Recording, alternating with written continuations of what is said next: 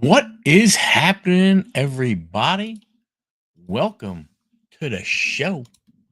Hope all's doing well. Hope all is well. Got a guess, Dan. Waiting to see if he is going to be able to show.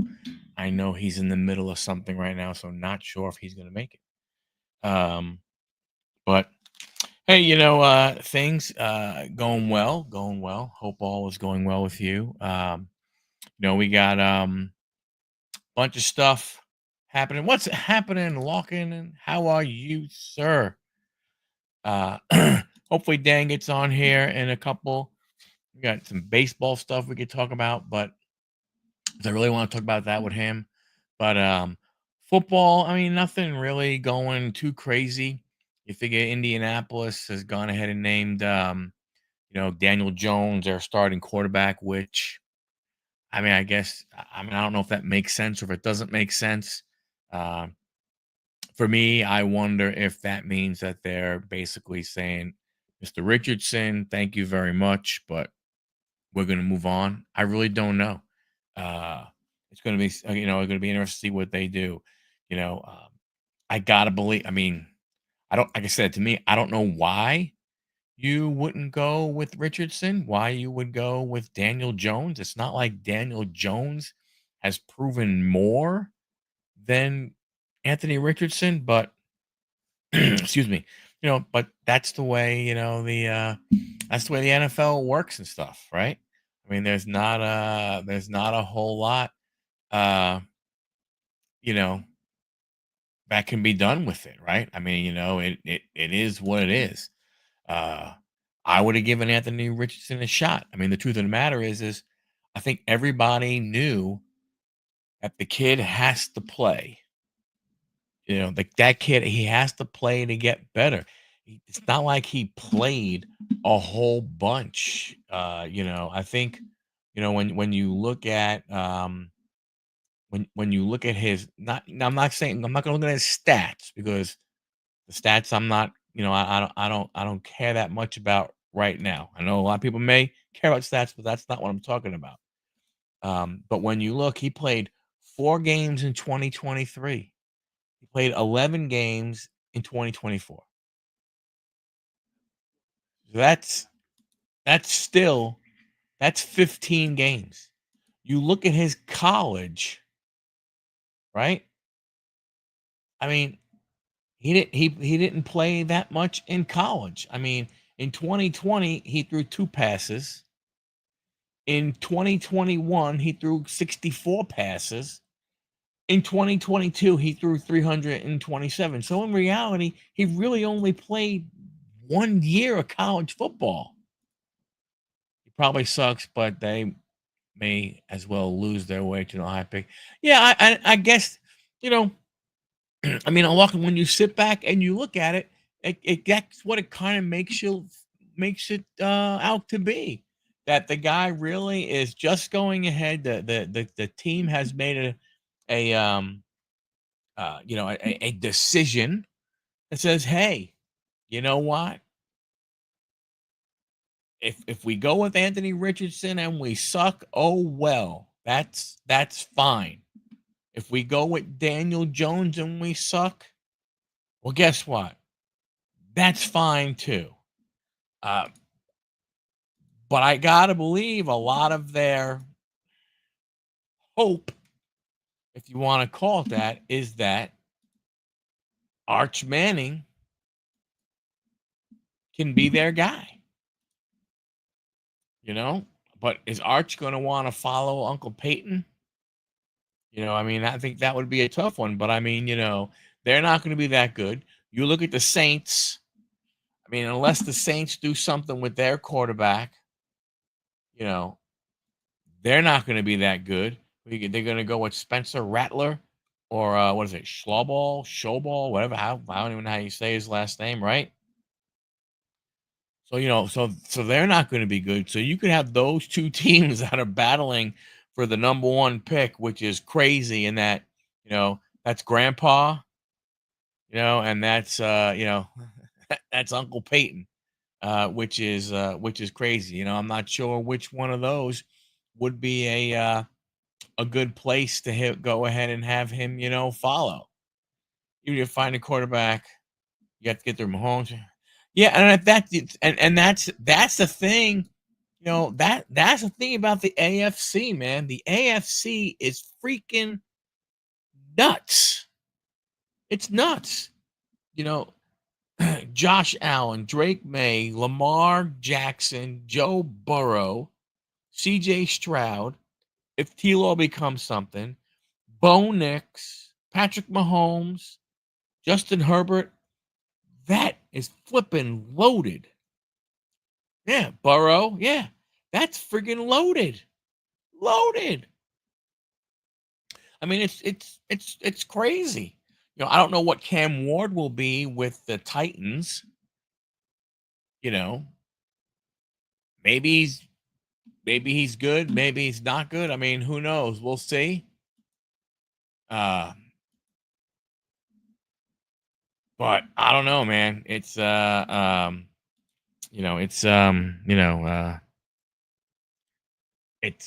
don't know. It's I don't know why you would want to go. So that's why I'm wondering if he'll what's up, Johnny? How you doing, pal? Uh Waiting on our guest.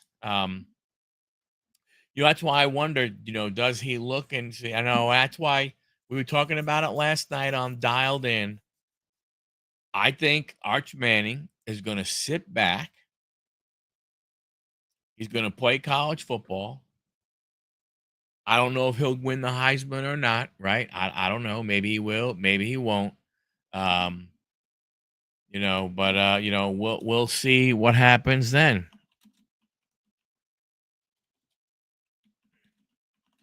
But my belief is my belief is that he's going to look at the landscape of how the draft is, and he's going to make a decision. I mean, he doesn't need money. NIL has changed this piece right here, right? Because with NIL in the past, before NIL, man, you know what? You wanted to leave so you could go ahead and number one, start that clock to earning money. Number two, to earn money, right? Two reasons why you wanted to. But now you don't have to. When you're Arch Manning and you're making $4 million or $5 million a year to play college football, okay, great. I'm going to wait and see what happens. I'm going to see how the NFL season's going. I'll know basically the draft order, and I'll wait till the bitter end before I declare or not declare. And whoever has the number one pick, I might go, you know what? Yeah, I don't want to play in Cleveland. I don't want to play in New York. I don't want to play in Florida. I want to play here or here. So he can go ahead and do what he wants to do. If Arch was all that, yours wouldn't have stood in his way. I mean, I don't disagree with you. Um, you know, but I mean, I, what did he do? What did he not do? I guess from that standpoint, like I don't know. I just don't know. I mean, again, hey Dommy, how you doing, pal? How's it going? Um, I mean, you make a great point. If Arch Manning was that great, why did Quinn Ewers, who lasted until what, the seventh round with the Dolphins, I think? Is that when he went ahead and got drafted? Yeah, in the seventh round. Um, I mean, it's a great point, Lonkin. Great point. But we'll see what happens. I don't know. That situation is going to be interesting. You know, the AFC West is going to be ridiculous. You know, the AFC South could be ridiculous. I mean, depending on what happens. I mean, you look at the AFC South. You got rookie quarterback at Tennessee. You got T Law, who, hey Kenneth, how you doing? Um, you got T Law, who, like Lockin said, man, if he, hopefully he does something. I mean, I would think. Well, I mean, they gave him that contract extension, right? So there's not a lot you can go ahead and do. Gonna find out. That's true. Their first game is against Ohio State. Ohio State is starting the kid who transferred from Alabama. His last name is Saying. Just saying, his name is Saying. Um, from that standpoint, so they're gonna be tested, right away. So we'll see, what happens there. Yes, because their defense is unbelievable. If their offensive line can go open some holes for their running backs and give Stroud some time, they are going to be tough because their defense is really, really good.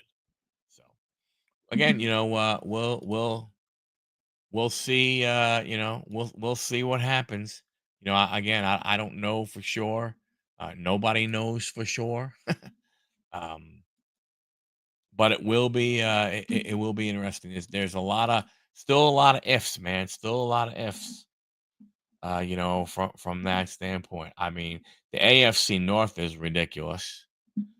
The AFC East, man. Again. I mean, you look at it. And again for another year, unfortunately, my New York Jets have probably the worst quarterback, in the division, which sucks. It's like a step backwards rather than a step forward. The NFC East, to me, two-team race could be a three-team race with the Cowboys if they go ahead and get Parsons signed and they play up to their potential. The NFC North going to be very interesting. Um, not exactly sure what their full plan is going to be, what they're going to, try and accomplish. But we'll see. Patriots, I agree. Patriots are going to be interesting. What does Drake May do? What does that second season look like? For Drake May. They made it.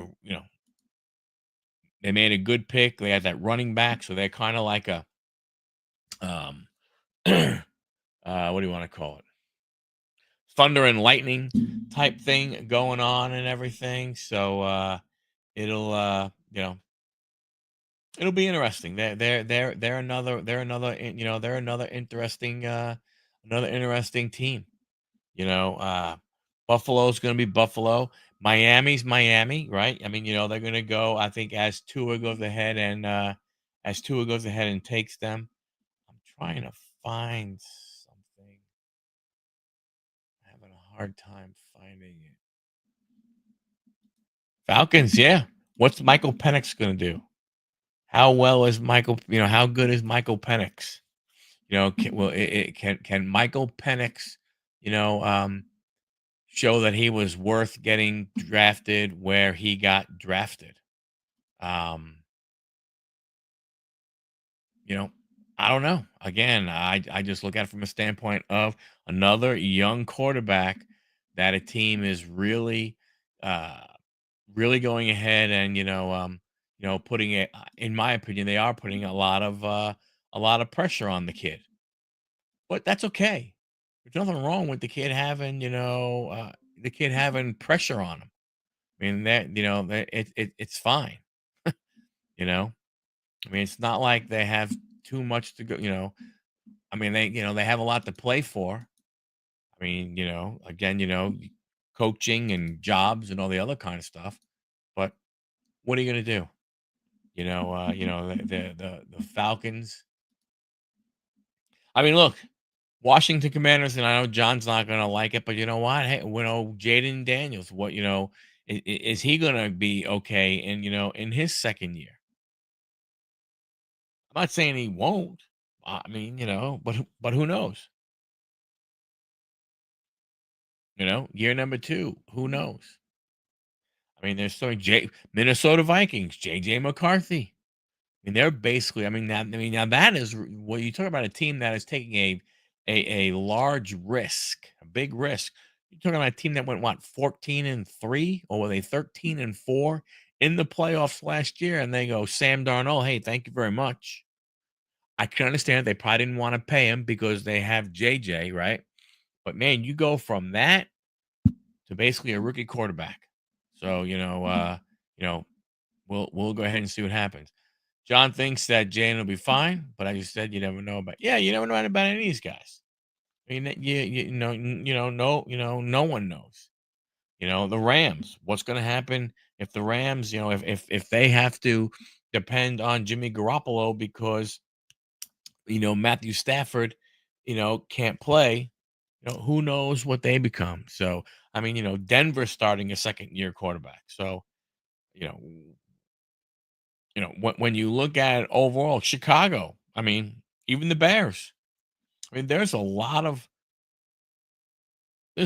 question marks out there. Of teams for teams, potential, and we'll see what happens. We'll see what comes, um, what comes from it. But I don't know. When I look at it, I believe the NFL. Unfortunately, when we get back to it, the truth of the matter is, it's going to be, it's going to be what it always is, what it always was. So we'll see. We'll see. I'm trying to see if I can hold off. I've messaged Dan to see if he is going to make it. I'm not sure. Um, Kind of sucked because I was looking forward to talking to him. Uh, Not really sure. I mean, he's not. I don't see him online anywhere. So he may have he may be getting ready to show up. Now they're saying Clash of Paris is like, yes, I saw that. What a bunch of crap. Um, I think it was on. I saw it on. I feel it's like Terry be a two-team race. I feel a better team this year over the Eagles.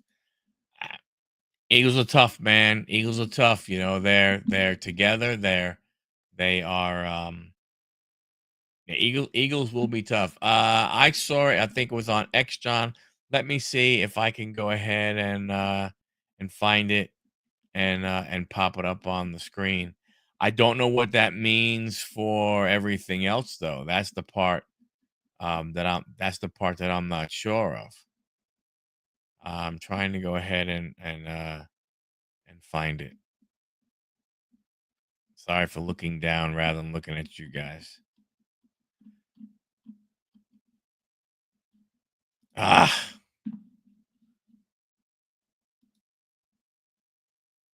got an email from ESPN. Really? Or WD? Oh wow. So that means after Clash in Paris. So if we look WWE PLE schedule.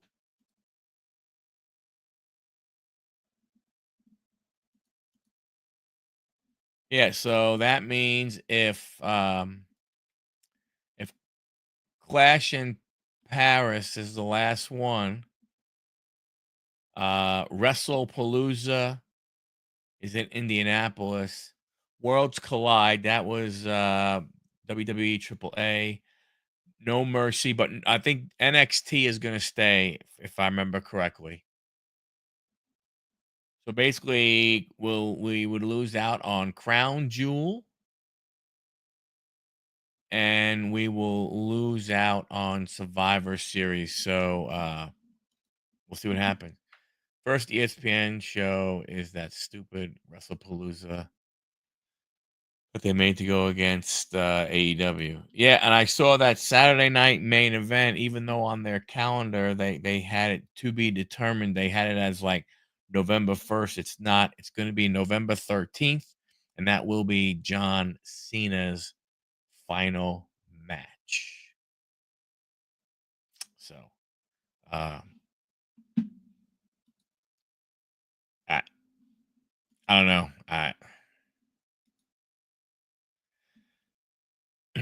I don't know.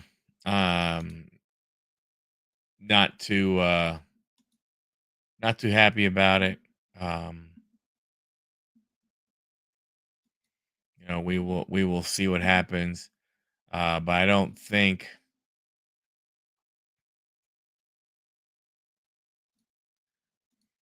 field division reach wild card. Trying to see if Dan's gonna show up.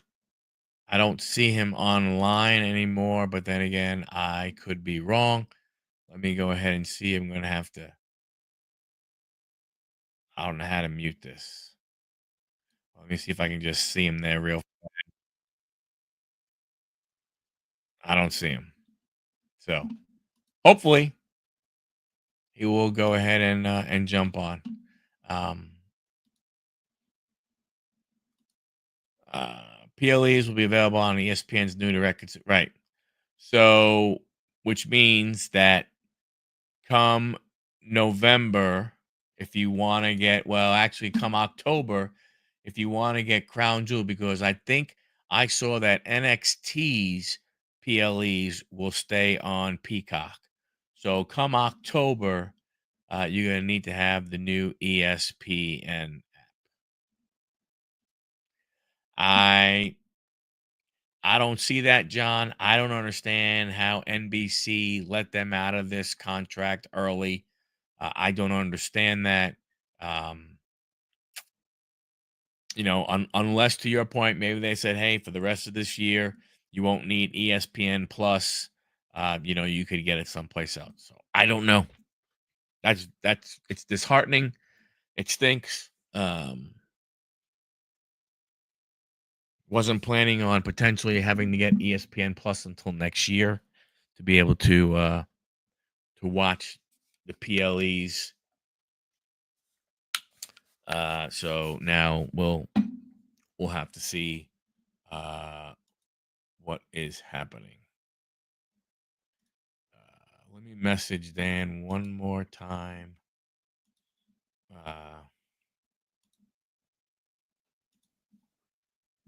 Hold on a second.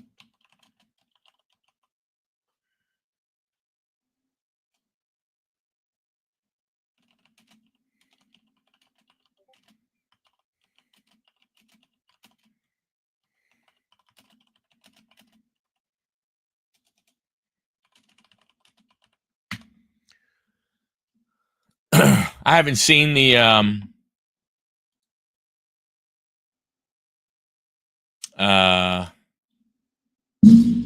sorry. I have not seen the lineup for Clash in Paris yet, so I'm not 100% sure. You have to have ESPN Unlimited plan to see them as well. That's what I'm saying. You have to have the app and everything else. Peacock signed a deal to air 4 minutes per year, December 13th. Yeah. So I did see that. I did see that Saturday night's main event will stay. Well, I thought it was going to be NBC, but NBC Peacock basically, the same thing. Um, we'll see what happens. They were talking about potentially moving. WWE was talking about moving John Cena's last day um, to go against, I guess, against AEW. That AEW was having a show. Ladies and gentlemen, Dan Bartels. How are you, Dan? Mike, I am sorry about the delay. No worries, man. I know. I figured there was a good chance of it. Just an awful game today. There's no other way to say it. I mean, Senga just non-competitive. I don't know at the end too. He should have pinch hit for Terens. Yeah. Threw up Mauricio or put someone, even Taylor, in there at the end. Like, it's just those decisions, Mike, that just frustrate you. It's frustrating. You know, when you're such a baseball fan, stuff like that, it is, and it's it's your live and die sport. It's tough, everything. But everybody, Dan, why don't you introduce yourself to the audience?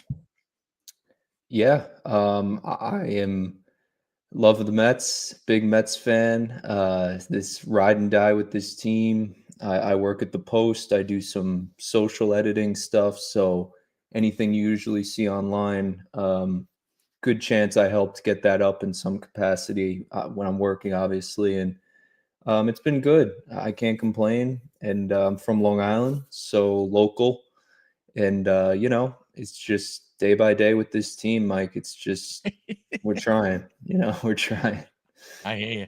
So with the post and everything, will you get to travel to cover different sports for them?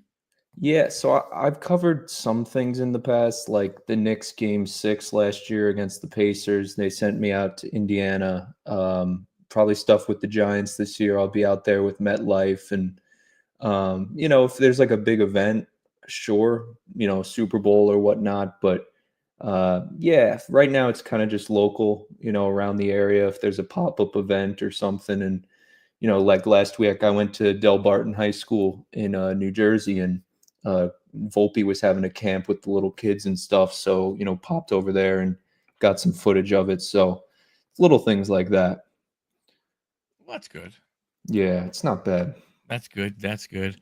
Um, so overall baseball, we'll talk a little about the Mets, but overall, I want to talk about some other stuff. This whole realignment expansion thing. I want to get to that also. Mm. But you know, what do you think about the overall baseball season? What I mean, well, if from a National League perspective, who you believing in, who are you not believing in as it goes forward? I really believe in the Brewers. I know a lot of people look at them and say, "Oh, they could be a first round exit." They're a team that just feels like that. But I'm a kind of the opposite, Mike. I look at the Brewers and they're just up and down, contact, clutch. They have good pitching, good bullpen. I like the Brewers to go deep. I don't know if they'll necessarily win the World Series, but this National League is loaded. I mean, a lot of good teams, a lot of competitive teams. The Dodgers, you always have to throw in there, even though they've had their share of injuries and Mookie Betts hasn't been to form at all. But you can't count those teams out. Obviously, the Mets, got to look at them in the National League. But yeah, if I had to pick a team, it would probably be a team. It's tough. I like the Phillies too. How Hate to much say it. how much Wheeler getting hurt do you think affects them? It does. It really does. And Nola, he hasn't really looked great since coming back either. So, Yeah. that whole staff, I mean, it rides and dies with a guy like Wheeler. And if you don't have him, then you're going to need guys like Sanchez to pick up the load. And they have a decent bullpen, but I don't know. I just think their offense is really good, and it's good enough to carry them with Schwarber, what he's done. And, I could really see the Phillies, hate to say it as a Mets fan, win the World Series this year. It's crazy. It really is. It does go ahead and hurt per se. It It definitely hurts. it definitely goes ahead and hurts to have to potentially, listen to the few Philly fans that I know and be like, "Ha, ha, ha," and be like, "Oh, just please just be quiet." I don't wanna hear it. They're rubbing But, it in.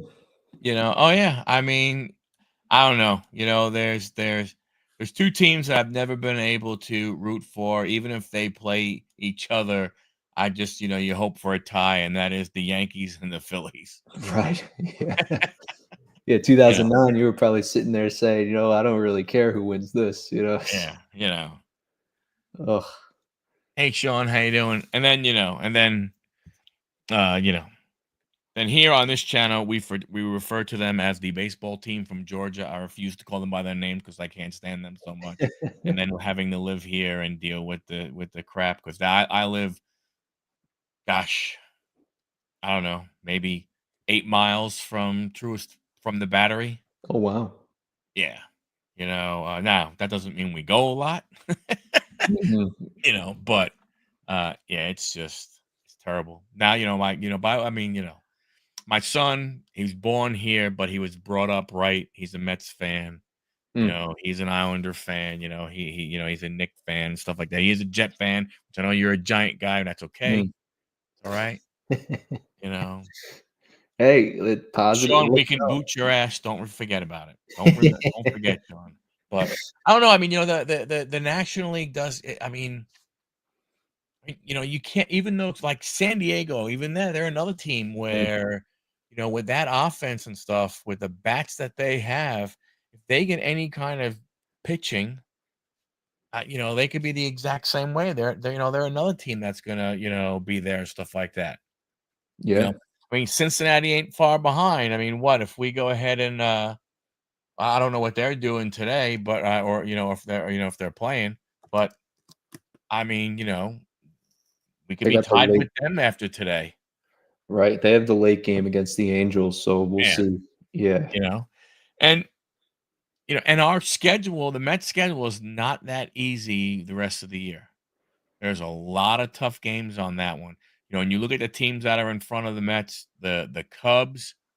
I think they play what, two series of against teams that are over 500. Mhm. And for the rest of the year and stuff. So I don't know. It just mm, it's crazy. Cubs a What do you good think? team. Yeah. What do you think about the American League? American League has shocked me, Mike. It really has. I didn't think the Blue Jays would be as good as they were. I didn't either.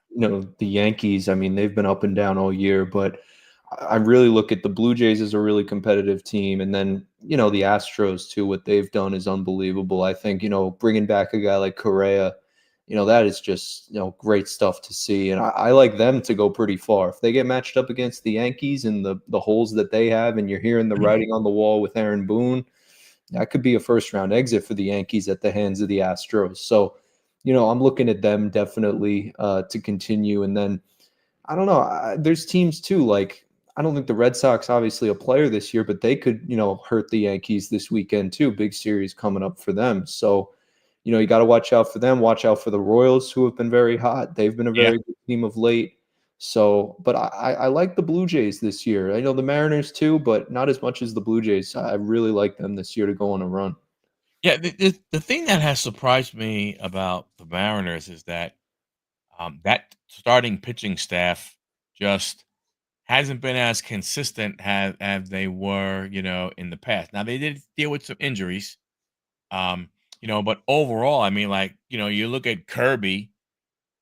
Oh my gosh, then it's like, oh wait a minute, is that the same guy who pitched, last game? Logan Gilbert, kind of the same thing a little bit, right? All of a sudden, the next thing you know, it's like, what the hell's going on? So the American League is crazy. I mean, everybody look at the Guardians. Like the Guardians, they look. I mean, everybody thought they were going to be sellers and sellers and sellers, but no. Hey, Dusty, how you doing?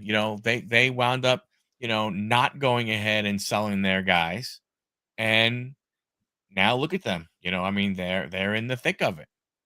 They're right there also. So I don't know. I just, the nobody stands. I mean, yes, the Blue Jays, but I mean, no one is like. It's weird. Like when you look at the National League, I still look at like Milwaukee and the Dodgers. I just think the Dodgers are very dangerous because look at where they've been without a healthy pitching staff.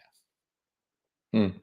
You know what I'm saying? Like if you really look at it, where they, 70 plus, 74 wins, whatever the number is, and they've had injuries almost all year long in their starting rotation. I mean, the guy that they were not, the rookie, what Sasaki.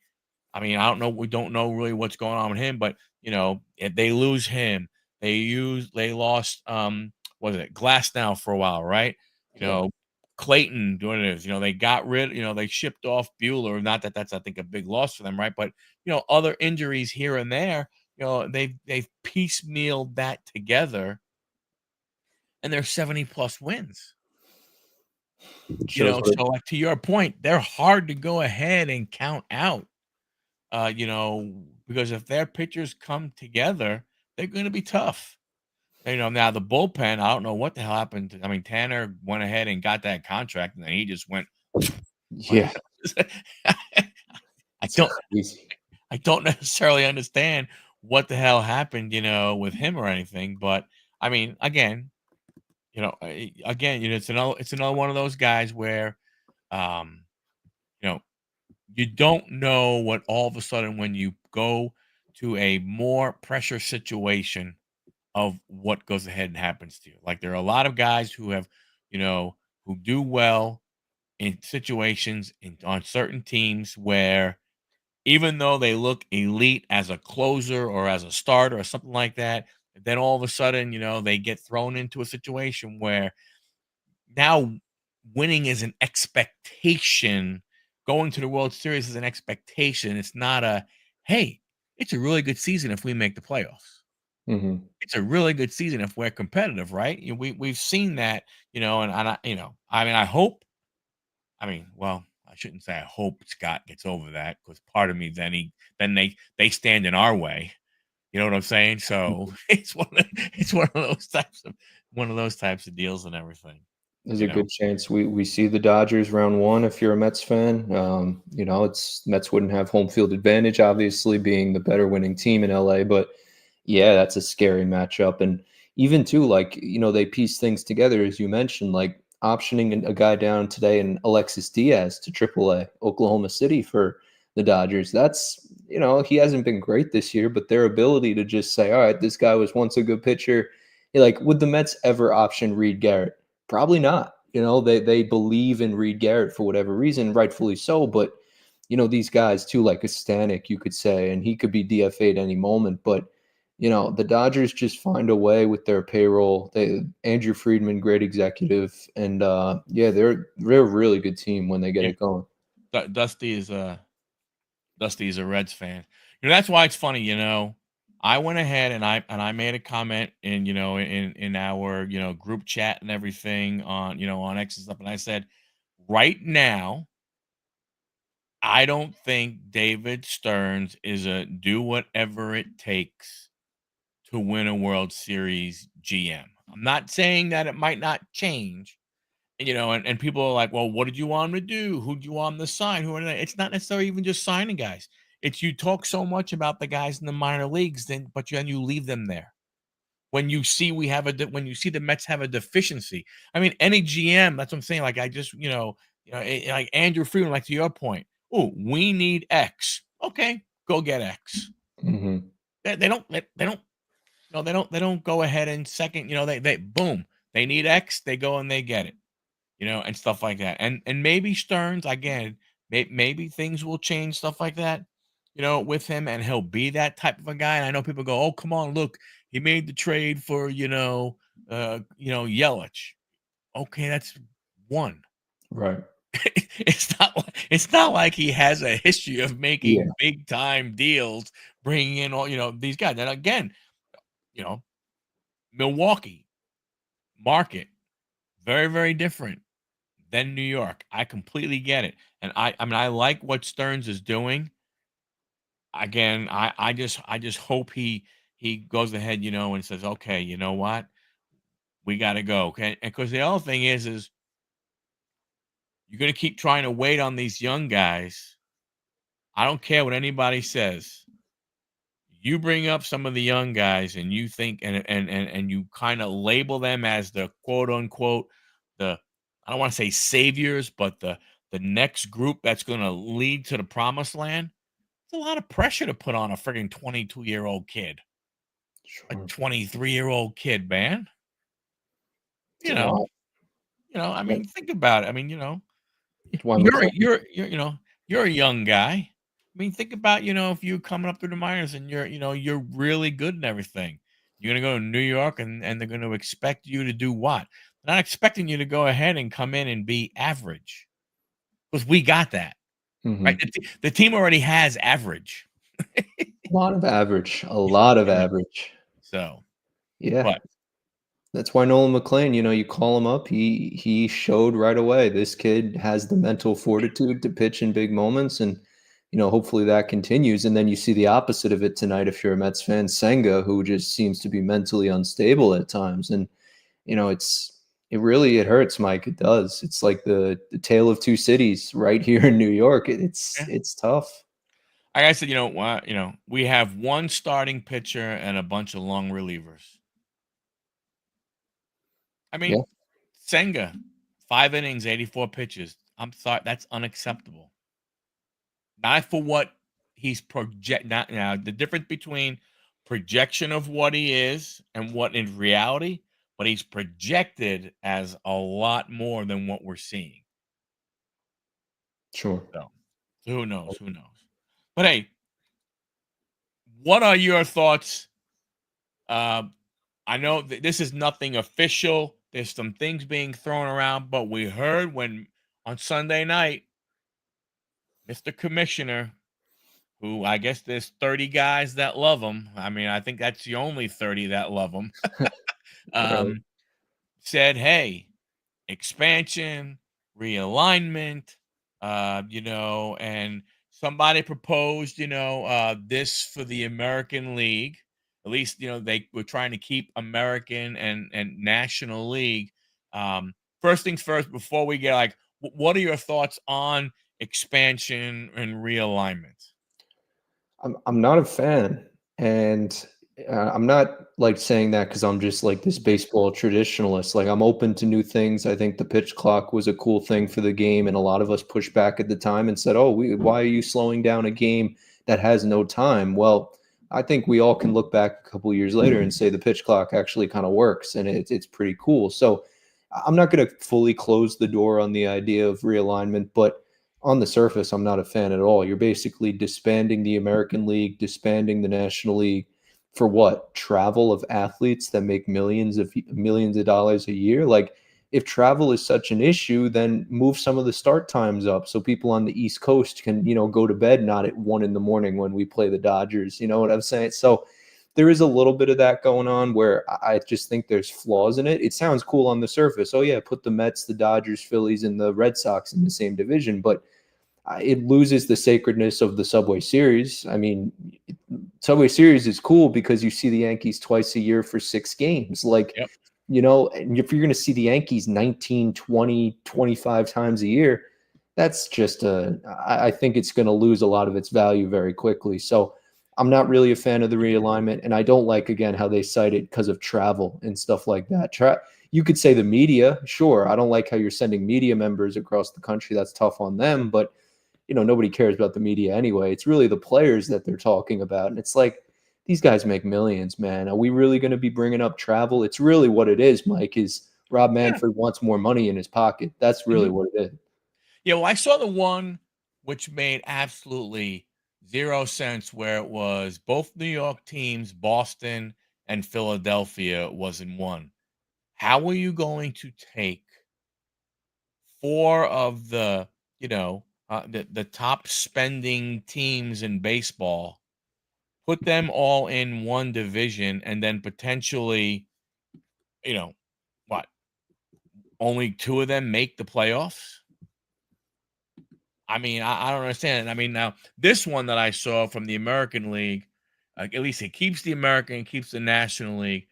Um, I mean, I was okay with this one. I mean, I see, like Colorado moves into the American League, which would be the American League, South, which I don't understand. Now, maybe you call that Right. mid South. Well, okay, but you want to call it South, that's fine.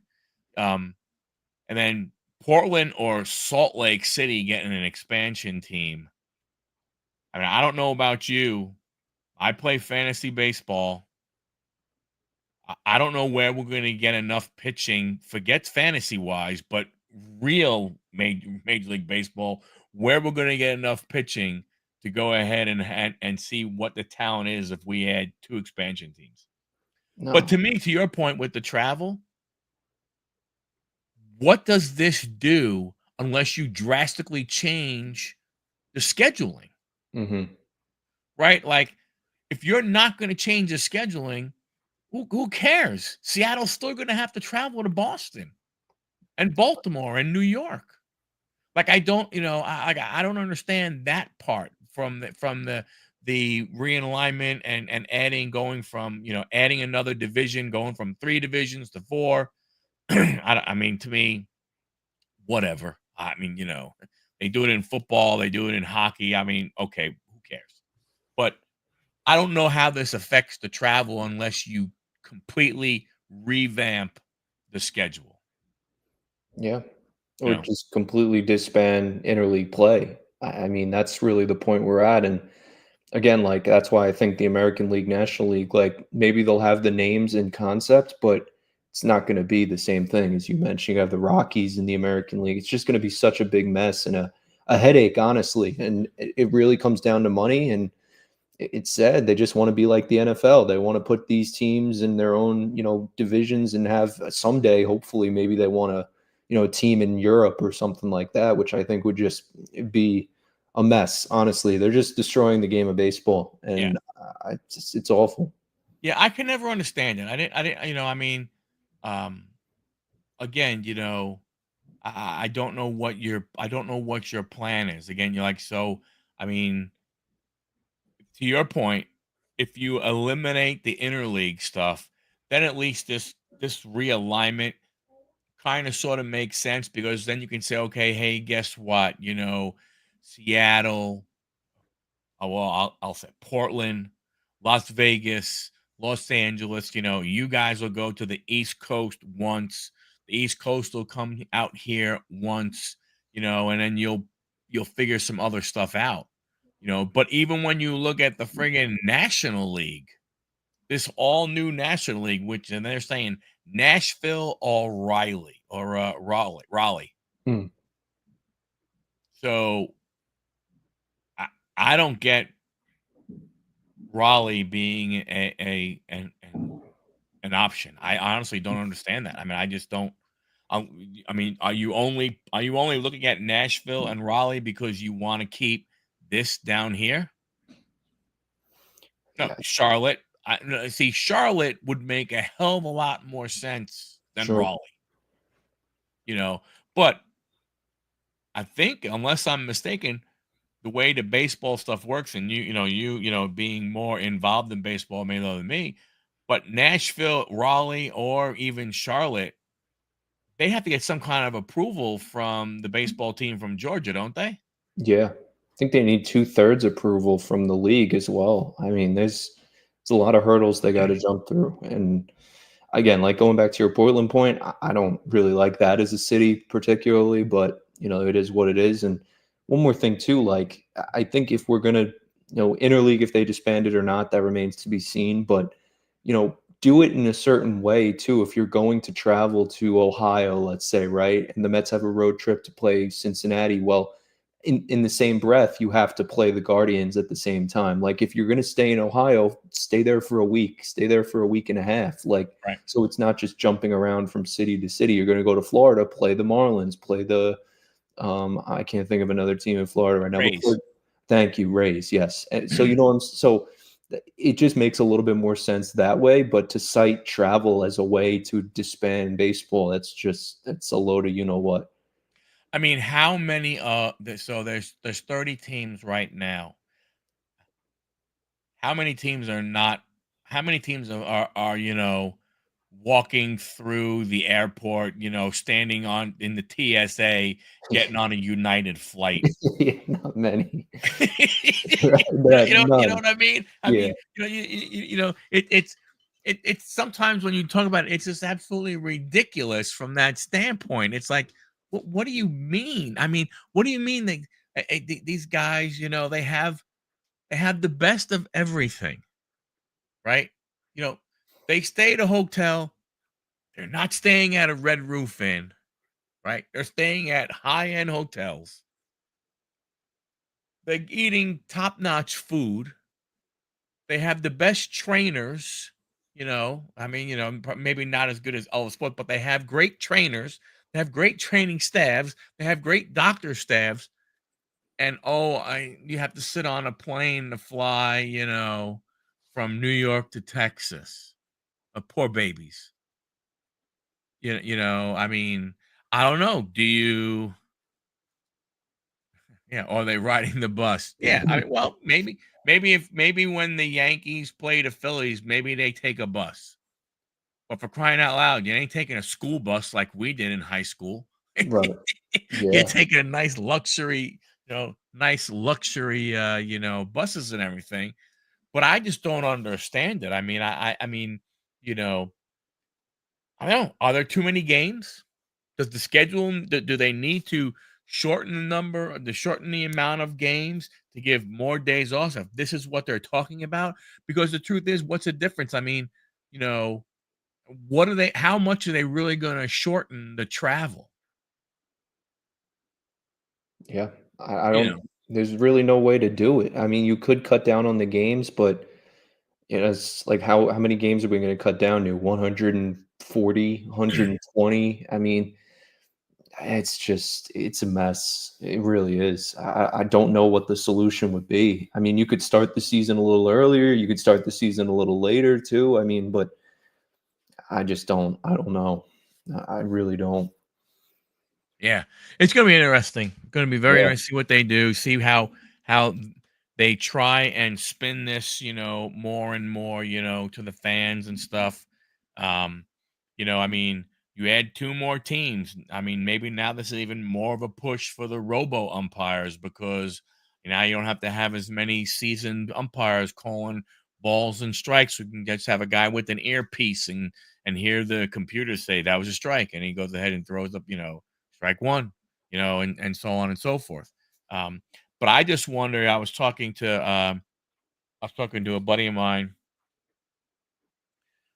Would the MLB consider doing something like the NHL did for expansion and create the rules of expansion for players available to make those teams more competitive from the get-go, kind of like what the NHL did, with Las Vegas and like with Seattle, the last two that have come in there. Do you think that's something baseball would do? Yeah. Do you think the other owners would want it to happen? Well, no. I mean, I don't think the owners, and that opens obviously the conversation, salary cap, salary floor. I think something's coming with that down the line. But, with the expansion teams, I think you probably do what you've always done, where you can have teams protect players. And then it kind of becomes like Rule 5, where the Mets get to protect 10 prospects or whatever the case is, or five prospects. And then everybody else is kind of fair game for these expansion teams to go pick at. And I don't think it's the best, but that's probably the only way that I could really think, these teams, do it. It's tricky. It's really tricky. You're running into a lot of problems where these teams are not going to be able to be competitive right out of the gate. Like the A's are lucky; they've been able to build the team, and then they just go into a new stadium in Las Vegas. Like Right. they have a leg up on these other expansion teams. Like it's really tricky, but that's probably what they would do. Just have people protected, and then the rest is fair game for these expansion teams. I wonder. I wonder about minor league systems. How long is it going to take these type of teams? Because I guess you're saying like you're a lot of. I wonder if it would be one of those things of is okay. You're allowed to protect X number of prospects in your minor league system, but you think about it, a new team not only has to fill a major league team, but they either have to. I mean, like I don't know from a different level. Like I know there are certain levels of minor league baseball that are unaffiliated teams. But does that go all the way down to, rookie league, like the what is it, the Gulf Coast League that they have, Right. that like right after the kids get drafted, you know what I'm saying? Like Mhm. there, is it one of those type of things? Like, like so how like I just wonder about that part because if you don't let them have good minor league teams, unless they're coming in with a crap ton of money and are going to try and buy a good team, by buying good players, like how long is that going to take? What are they going to do? I just, I'm not saying I'm against expansion, but I don't mean to say anything. You know, I'm watching. Who the hell was it? Was it the Cardinals? They showed a clip of the Cardinals. The stadium was empty. Now I know they suck. Big Mhm. difference. I understand that, but look at Tampa Bay. Look at Miami. I mean,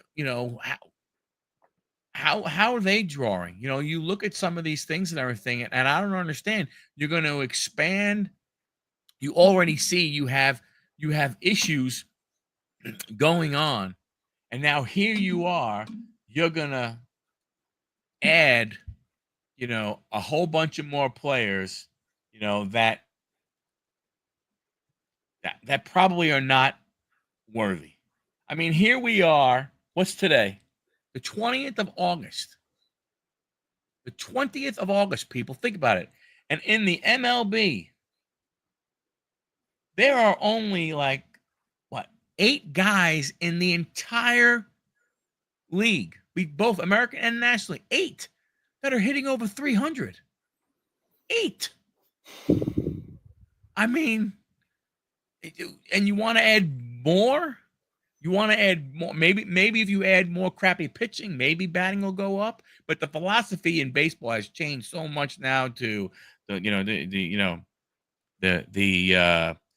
combination of Moneyball, sabermetrics, analytics people with the thing, and you got to have this angle and man, throw ball, hit ball, catch ball, boom. I mean, it's pretty, the one thing about the game that hasn't changed since it was invented was you still got to throw it, you got to hit it, you got to catch it. I mean, all the other stuff has been, just added on and everything. It's just so. Larkin was saying they need just to draft and build minor league system for a couple of years before they join the big leagues. You know what? That's a really good. I mean, that would be a really good idea. Yeah. Yeah.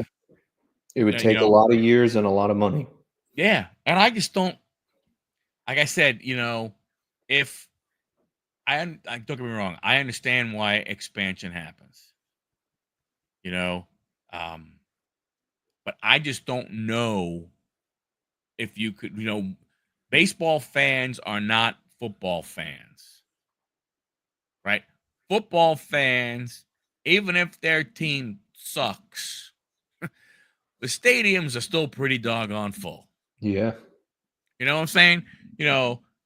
Whoever the team, I mean, just pick one and go watch. You don't all of a sudden see 8,000 fans, 10,000 fans in a football stadium for an NFL team. No matter how bad their teams are, people go ahead and people go. Yeah, Panthers Saints will still find a way to have good amount Right. of, But definitely. baseball, forget the teams that don't draw to begin with. As soon as your team sucks, the stadium's empty. What's up, Maddie? Well, thanks a lot, Sean. Much appreciate that. Best show in a long time. That last part is a shot comment. You pain in the ass shit. Yeah. But you know what I'm saying? That's the thing that gets me is so okay, what do again, here we are. I mean, Pittsburgh is nice. Is Pittsburgh going to keep Paul Skeens? No, I'd be If shocked. you're Paul Skeens, do you want to stay in Pittsburgh? Probably not. I mean, I understand the thing. Think about it, right? What's the number one? If you're him, do you think they're going to offer you what you think you could get someplace else if you went to, on the free agent market? No. Pirates are not going to go ahead and match what another team would give him on the free agent market. So number two, then, if they do match, they ain't spending any money on anybody else. Mhm. Yeah. Right? So it's gonna, so that leads me to believe, that leads me to the point you made before of is that what do you think about a salary cap? We had we talked about it a couple weeks ago on on this show and everything about a salary cap. I don't know how that works. Do you have what are your thoughts? How does a salary cap work in the MLB based off of the discrepancy that we have today, where we have a team that might be at $70 million for their team payroll versus a team that's at $300 million in a payroll? It's complicated. I mean, you can't really have a salary ceiling or a salary cap without a salary floor. I mean, it wouldn't really make sense. Like, I'm not going to tell the Dodgers and the Mets and the Red Sox to not spend 350 plus a year without telling the Pirates that you have to spend about 150 a year. So you kind of need both. I think that's the only way it works. And you see it in hockey a little bit. It kind of puts emphasis on more of the players. Like, if a player goes down, it's a big part of your payroll now that you're losing that you can't really get back. So I think there is part of it where it's good. Like, sure, I think it's good to have both the cap and the floor, but you can't have one without the other. It's going to be tricky. I think this is what Manfred wants. We saw, I think it was about a month ago, he went to the Phillies locker room and Harper just went off on him and said, if you're going to talk about a salary cap, get out of here. Like, I don't want to hear from you. The players are against it, but also, the owners going to be against it too. But we remember that they're all rich. I mean, most of these guys well off millionaires, but some of them, of course, billionaires as well. So I don't think it's going to be tough for the Pirates owner to say, all right, I'll have to cough up 150 million a year to make my team better. I think the Pirates fans would greatly appreciate that. And going back to the Skeens point, like if you're a Pirates fan sitting there and saying, "Oh, Paul Skeens is amazing, but I know in 4 years he's going to be out of here. There's no way we could pay him." I mean, that's a problem. So if you have a floor on the Pirates where you have to spend, I like to say 150 versus 300. I think those are nice numbers in between. 100%. I mean, you could pay Paul Skeens. Yeah. So it's interesting, but he might go for well more than 150. We'll see. Yeah. I mean, I don't know if the players are being stupid. I think it's a matter of, you know, I- if well, like I was talking about it the other time, and here's the thing that gets me. If you have some kind of right, I agree. That probably negotiates how it would make them more money as maybe as a collective, but not as individuals. And here's why. Okay, take a Paul Skeens. Let's use him as an example. If you have a salary cap of 300 million, let's just go with that, right? And Mets, Dodgers, Yankees, Red Sox, Phillies, San Diego. Let's just take those 6 teams. They're already at that number or close to that number. Then can Paul Skeens get a true, can Paul Skeens still get that $30 million a year? What's the incentive for another team to offer him that when they know that other teams that could pay can't? Yeah. I think it's tough. I mean, yeah, look at Yeah, like the 50 NBA. Cent. Yeah, they do. Don't get me wrong. I'm not. I understand this. They have to. Yes, the way they get around the salary cap is by saying, "Hey, we get a percentage of all the revenue of the TV deals and stuff like that." Don't get me wrong. I mean, I get that part. This, from I get that completely and everything. But let's see. Yet every team in level NFL players, I mean, will make tons more money. Yeah. I, again, I'm not saying that's not true as a collective, um, you know, but unless a team, no matter what happens, even the NFL, only a certain number of guys make money. Now, again, it is ridiculous for us to sit here and say that I feel bad for a guy making $5 million a year. It really is. It's kind of crazy to sit here and go, man, that poor guy only makes 5 million a year. Right. Where I'm thinking, I'll take a tenth of that. Yeah. Yeah. You know what I'm saying? I'll take 20%. I'll be good with that. Somewhere along those right. You know what I'm saying? But what I'm saying though is that here that's what we know because it's just we think, oh my gosh, I can't believe so on and so forth. This guy he can't. He had to take a pay cut and rather than getting 15 million, he's only getting 12 million. Right? I mean, when you when you actually start to say it more and more, it does really go ahead and get a little more on the ridiculous side when you're saying that type of stuff. But you know, baseball is going to be a tough one. They're going to have to figure out a way. I mean, the player number one, the Players Association would have to agree, right? I mean, again, you're you're better at some of the stuff that I am, but with the contracts that they have,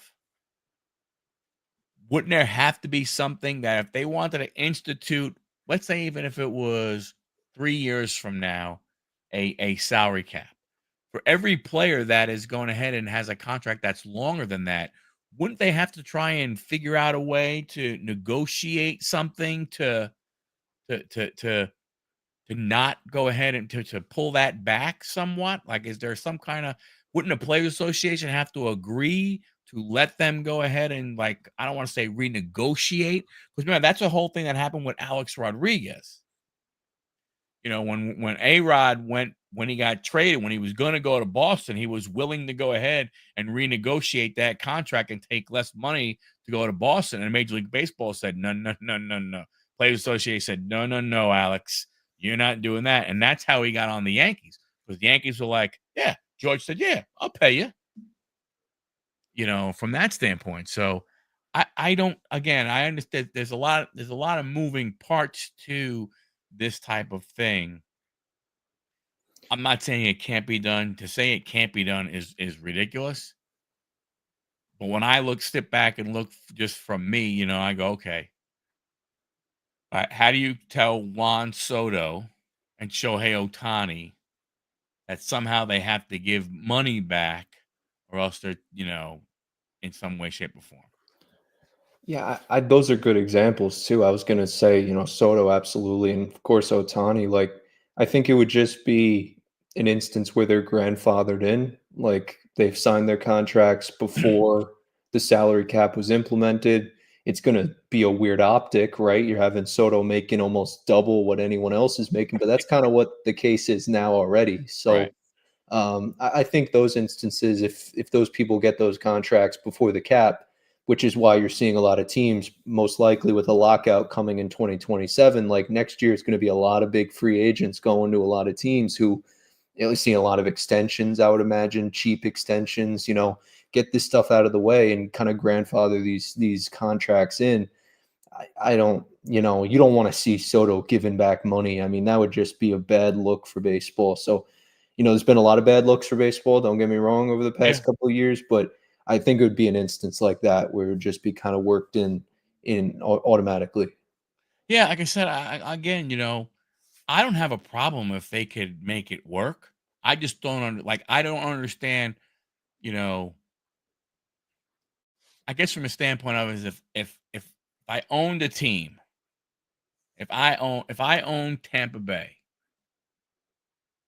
and I have my philosophy of how we're going to do things, and then all of a sudden you as part of an ownership group, you as part of the leaders of the owners, I'm sure there's some kind of a, you know, an advisory board or something, what it might be, come to me and go, hey, guess what? The way you've been doing things, no more.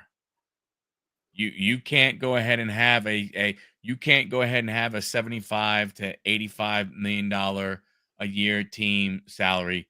You have to double that now.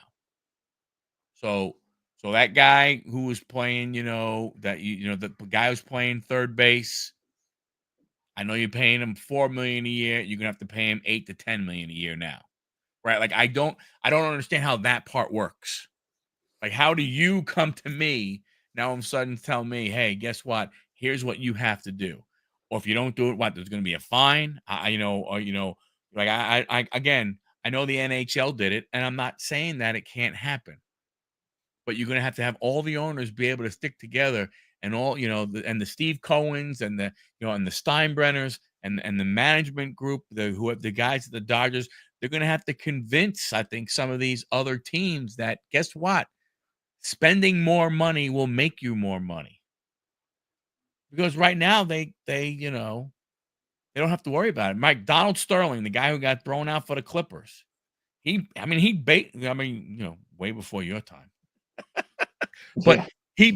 he basically came out and said, I don't care what my team does. I don't care if I have the worst record. With the revenue sharing, I'm making so much freaking money. I don't care. So what? So what? I don't have good practice facility. So what? I just get the cheapest guys around. I'm making a crap ton of money because I'm a businessman and that's what I'm all about.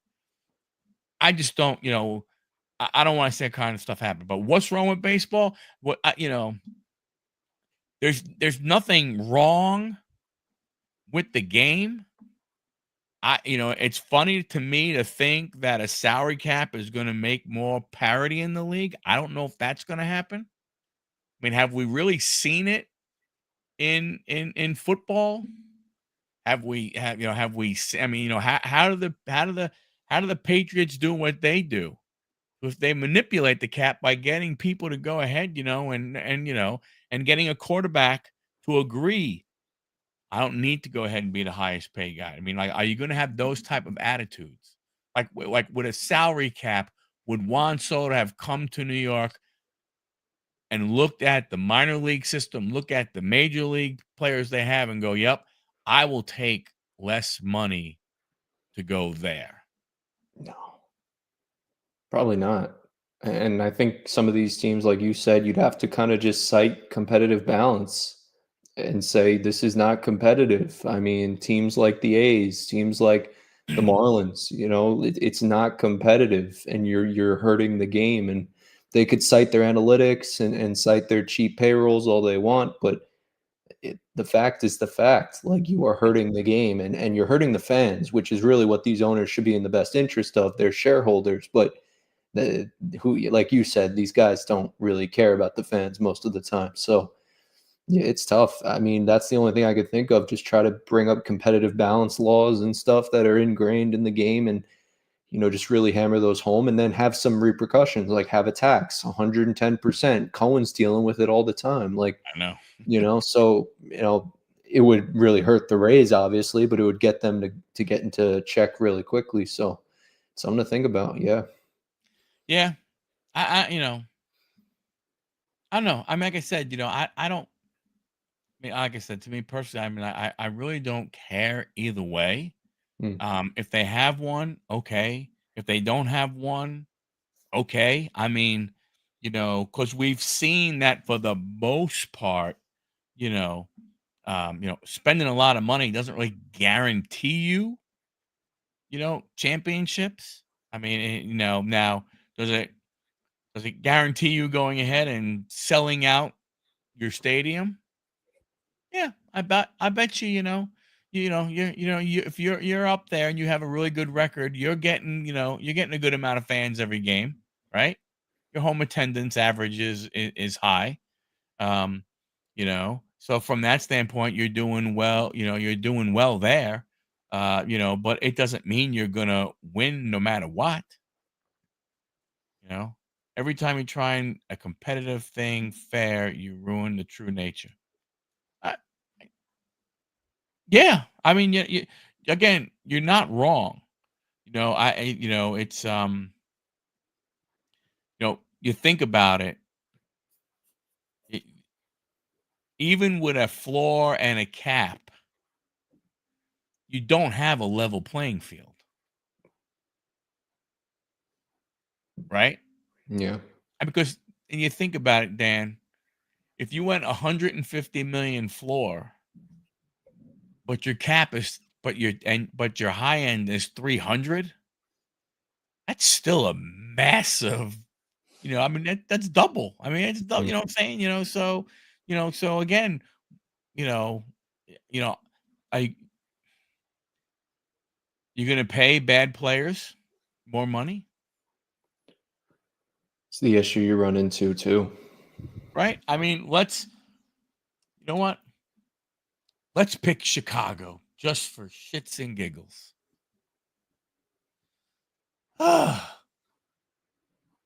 Lewin Sosa.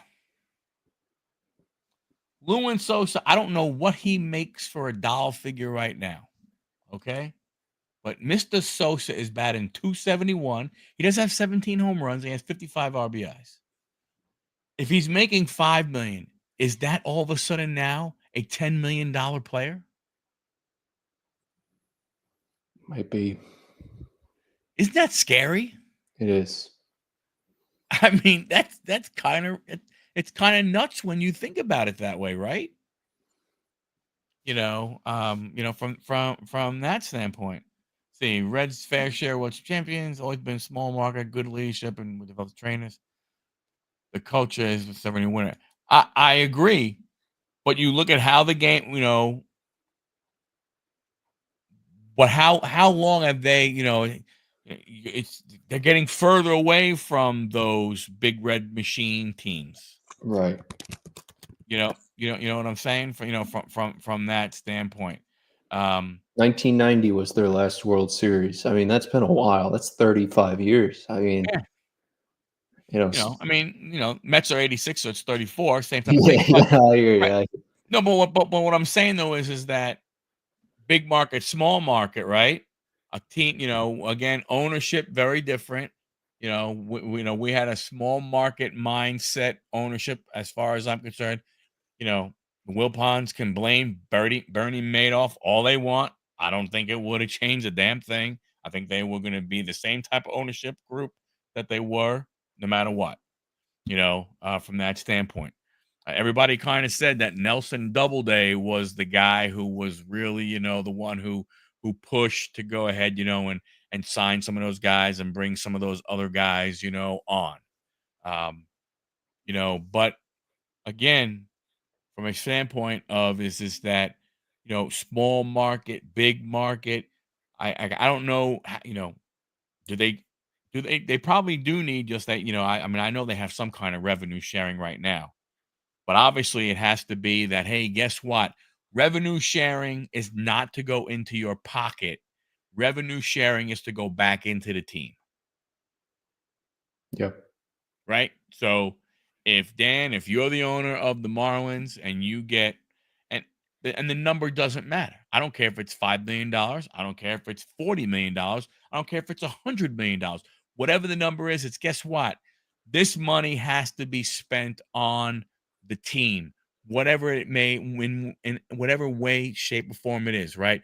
Your revenue sharing should be that, because because think about it, it is unfair for the Dodgers, for the Red Sox, for the Mets, for the Yankees to spend that money to make themselves a better team, to put a better product on the field for their fans, to hopefully contend for a World Series, to just go ahead and make that money and then hand it over to someone who doesn't give a damn about that. Definitely. Sorry, we call and have truly a system. Franco may have an impact, but until everyone wants to win, yeah. Well, I agree, but right now, teams that don't spend, it's going to be hard for them to win consistently, right? Because at some point in time, their young players are going to want to get paid, and when they want to get paid, what happens? They're going to trade them. Now, yeah. Now, not all of them turn out right. We've seen, we've seen Tampa Bay go ahead and trade some of the right, a Rosarena. We're not going to pay him. We trade him to Seattle. I mean, he hasn't been anything special for them. So it doesn't always work out that way, from that standpoint. But it, I don't know. It's, A lot of young players they gave up. I mean, I think about the pitchers, right? Like Chris Archer. I mean, he wasn't really great, but I mean, David Price, Boston paid him, and he was a big reason they won in 2018. So yeah. it's like, man, you gotta put up or shut up sometimes. And these small markets like the Reds and stuff, like I want to see the Reds do great, but they're just not spending the money to make that happen. So it's just a recurring cycle over and over again. No, I mean, the Reds are a good point. They made some trades. They got some exciting young players. Hopefully they keep them. Look at that. They got a bunch of good young pitchers. Hopefully they figure out a way to keep them. And maybe the whole cap and everything. Maybe that is a way that you go ahead and keep players on your team, because a player goes, you know, Dan Bartles, the pitcher for the Cincinnati Reds, who is an up and comer. You know, well, you know what? Wow, I'm in a cap situation. I gotta find a team that wants to pay me. Well, that's no, they don't want to pay. They don't want to pay. They don't want to pay. You know what? Cincinnati's willing to go ahead and give me a decent deal, I'll go ahead and stay here. Again, now, again, that's a player maybe accepting less than what he thinks he's worth. And if that's what it takes, okay. Again, it's not my money. I'm not the one making it. I'm not the one paying it. You could say, well, yes, you are, because you buy a, you go to a game, yes, but overall, that's not what there's a lot more people and a lot more places that the money goes ahead and comes from than just the normal fans. The normal fans go ahead and pay a lot, but corporate sponsors, naming of ballparks, all the other kind of stuff. There's a lot of that stuff where the big dollars come from, and then everybody, all the TV stations, making the deals and stuff. Sure. Yeah, $12 beer, $6 cheese conies. Plenty of money coming in, right? Again, there is plenty of money coming in. It's how the owners are spending it, and it's funny. How many businesses are there out there, or industries out there, where other owners tell partners or partners of other companies, or owners of other companies in the exact same industry, how to go ahead and spend their money? Does the Newsday tell the Post how to spend their money? No. Or Daily News? You know what I'm saying? But yet, in sports we do. Yeah. Doesn't Some of it doesn't make sense to me. But then again, it doesn't have to. I mean, and just like you, and just like everybody who's been here tonight, we are baseball fans. And at the end of the day, when the game starts, we're going to be either checking our phone because we can't be in front of it. We're going to check our phone when we can't be in front of the TV to see what's happening, or we're going to be sitting down watching it on TV. If we're lucky, maybe we go to a game or two, a couple games each year, right? So none of this is really going to affect the baseball fan. The casual fan, probably, but the baseball fan, it's not going to affect. No matter what happens, you are not going to stop watching baseball. Sure. Never. I mean, I look, I went through the 80s, early 80s with the Mets and all kind of stuff, and I never stopped watching. And I feel sometimes I feel like I got battle scars. I want to try and to compete least amount as possible. I don't disagree with that. No business you own ever say, "Can I do less?" I think, yeah. I mean, they are a business owner, but how many of them is this their business? That, what I'm saying, that this is their only form of making money. A lot of, I mean, Steve Cohen is not only making money from the New York Mets. I mean, I gotta believe, the same thing happened even with the guy who owns the Pittsburgh Pirates. I can't believe that the Pittsburgh Pirates is his income stream. I mean, I gotta believe he has something else. I mean, what? Steinbrenner's had what? Didn't they build boats? Yeah. And stuff like that, and the networks and the regional deals and all the other kind of stuff. Who knows? I don't know, man. You know, I hope they keep the purity of the game no matter what they do. I hope that is in the. I wish there would be at least a handful of owners who would care enough about that part of the game to speak up, to stand up, and say, "No, man, we can't do that." It's not what this. That's not what this is. So I don't know. I don't know. What do you think? I think you're spot on. These teams, owners, they have a lot of streams of income. I would imagine, like even Colin is a perfect example. He has .72. He has the artwork that he's always selling. He has real estate. I mean, these are most of the time smart businessmen who made it to the top and then just bought a team out of fun. I mean, let's be honest. Like, you get the A-Rods and stuff who, dabble in ownership, but A-Rod made his money as a player. Like, you could sit there and say that was another stream of income for him. So yeah, you're right. And it just goes back to loving the game. We all love the game. That's why we're all here tonight. I mean, we love baseball, and we're not going to turn off the TVs, but they're, like you said, the casual fans are going to suffer. Like, baseball wants to grow their game, but even going back to the realignment, you're just making more regional, a regionalized game more regional. I mean, that's not helping anybody but the diehard fan, if we're being honest. So we'll see. I hope it all works out. I hope baseball continues to move in the right direction, and hopefully these owners get it figured out before the new CBA, because it's coming. Yeah, I think we will see the true. In my opinion, we'll see how real this realignment and salary cap stuff happens after this next CBA goes. Um, you know, will the owners will they go ahead and plant their flag and say, "This is our mountain.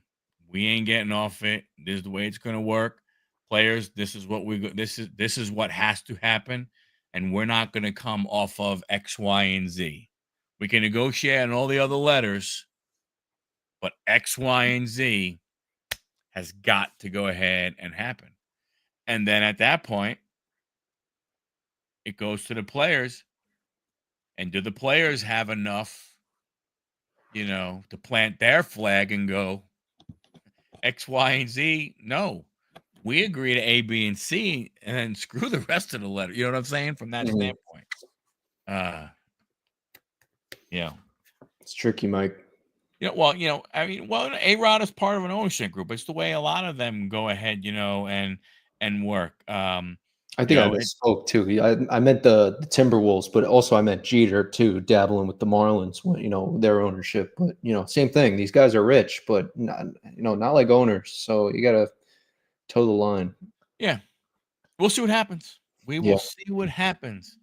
Well, everybody, hey, we've been going for an hour and change. So thank you very much for hanging out. Dan, thanks for going ahead and coming on. Much appreciated. sure. Thanks for having me, You Mike. know, um, definitely, enjoy, guys. In the description is Dan's, contact stuff, IG, his X. He does a lot there. With the you could also catch him on YouTube on part of Metscast. Him and Ray do a good show there and stuff. Again, you gotta be very helpful if you're a Mets fan. But if you just Yeah, like right. listening, but if you like listening to people talk baseball, it also works. You know what I'm saying? Yeah, Mike. From that standpoint. So thanks a lot, everybody. Much appreciated. Have a good night, and we'll see you. What do we got? We got dialed in football next Tuesday, and then we'll have collecting profit next Wednesday. Collecting profit, we will be talking. We're also a wrestling channel, Dan, as you can see the big WWE logo. So next week's show will be around Clash in Paris. Thanks a lot, everybody. Have a good night. Catch you at the next one.